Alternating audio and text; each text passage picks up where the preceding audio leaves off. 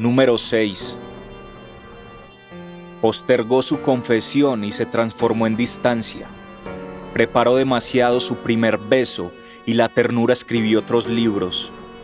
Pensó en exceso y sus músculos desviaron la contracción.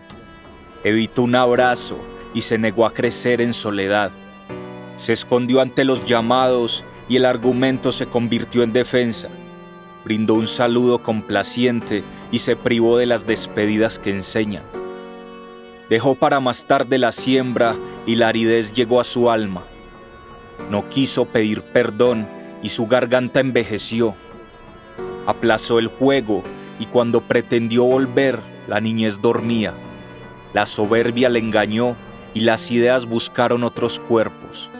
Se tatuó el pensamiento con verdades y se dedicó a juzgar.